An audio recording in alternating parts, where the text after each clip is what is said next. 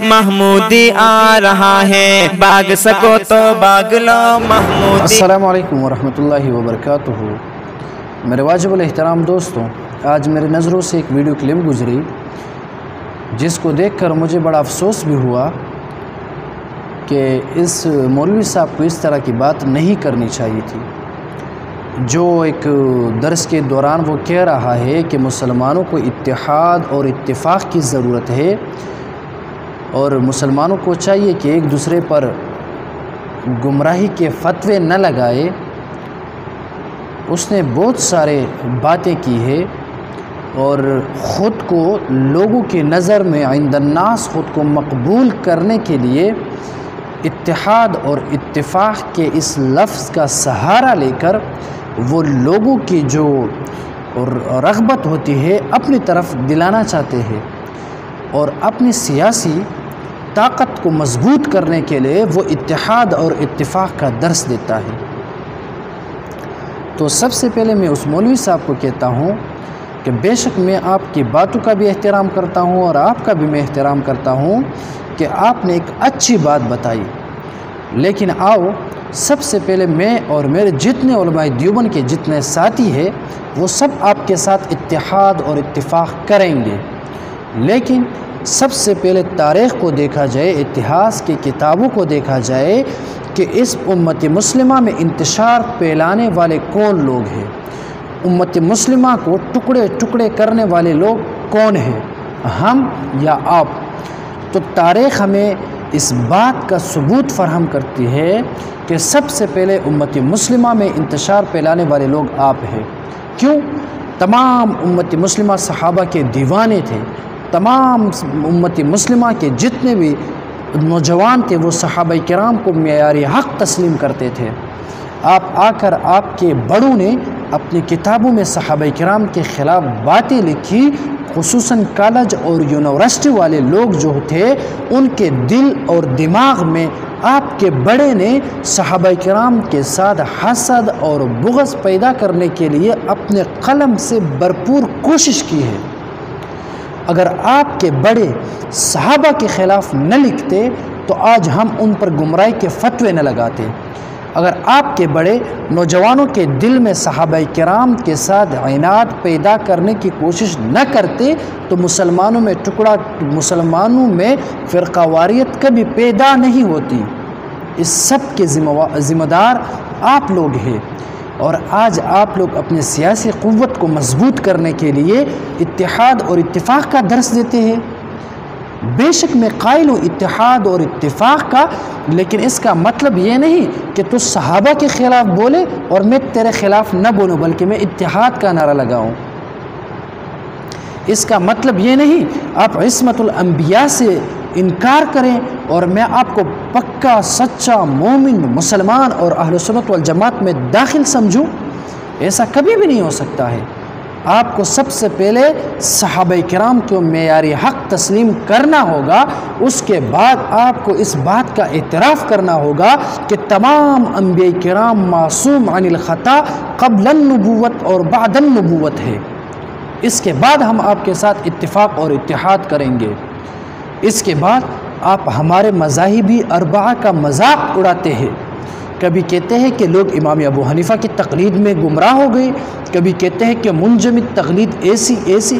اب یہ بات ہے جس بات کا ثبوت رسول اللہ صلی اللہ علیہ وسلم کے سنت سے ہو، جس بات کا ثبوت رسول اللہ کے فعل اور قول سے ملتا ہو، جس بات کا ثبوت اللہ تعالیٰ کے کلام پاک سے ملتا ہے، آپ اس کا مذاق اڑاتے ہو تو پھر ہم سے بھی اتفاق اور اتحاد کی توقع رکھنا آپ کی نادانی اور کم عقلی ہوگی۔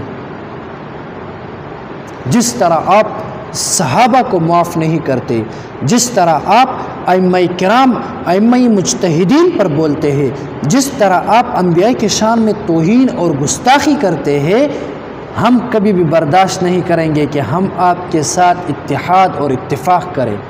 بے شک لوگ ہمیں فرقہ واریت پھیلانے والے ہی کہہ رہے ہیں، بے شک لوگوں کے نظر میں ہم گر ہی جائیں، بے شک لوگ ہمارے مخالف ہی بن جائے، بے شک لوگ ہمیں گری ہوئی نظر سے دیکھیں، لیکن یاد رہے ہم رسول اللہ صلی اللہ علیہ وسلم کے جانشین اور عشاق ہیں۔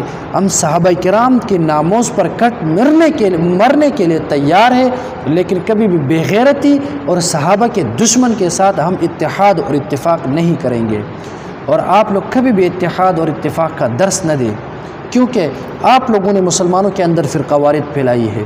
تقلید سے آپ انکار نہ کرتے تو آپ پر فتویٰ نہ لگتا، صحابہ کو کی طرف آپ لوگ غلط بیانی نہ کرتے، آپ پر گمراہی کا فتویٰ نہ لگتا، انبیاء کرام کی طرف آپ اگر گناہ کی نسبت نہ کرتے تو آپ پر فتویٰ نہ لگتا، اگر اسی طرح فقہی جزیات اور مسائل سے آپ انکار نہ کرتے تو اسی طرح آپ پر گمراہی کا فتویٰ نہ لگتا، اور اسی طرح رسول اللہ صلی اللہ علیہ وسلم کے صحابی عمر بن الخطاب رضی اللہ تعالی عنہ کی سنت سے آج آپ منکر نہ ہوتے، آپ پر گمراہی کا فتویٰ نہ لگتا۔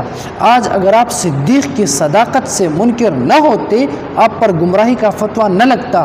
آج اگر آپ عمر کی عدالت سے منکر نہ ہوتے، آپ پر گمراہی کا فتویٰ نہ لگتا۔ اگر آج آپ عثمان کے سخاوت کے منکر نہ ہوتے، آپ پر گمراہی کا فتویٰ نہ لگتا۔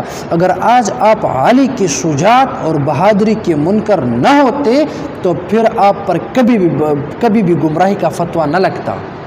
جتنے فتوے لگ گئے اس میں آپ کا بڑا کردار ہے، جتنے فتوے لگ گئے اس میں آپ کا سب سے پہلا قصوروار لوگ وہ آپ ہی ہے۔ آپ کی کتابوں میں حضرت معاویہ رضی اللہ تعالیٰ عنہ کے شان میں گستاخی کی گئی، حضرت علی رضی اللہ تعالیٰ عنہ کے بارے میں اور معاویہ رضی اللہ عنہ کے بارے میں وہ باتیں بیان کی گئی جو ایک مسلمان کے زبان سے سننے کی امید آج کل تو کیا برسوں بعد بھی مجھے سننے کی امید نہیں تھی، جو آپ کے بڑوں نے کئی سال پہلے لکھی ہے۔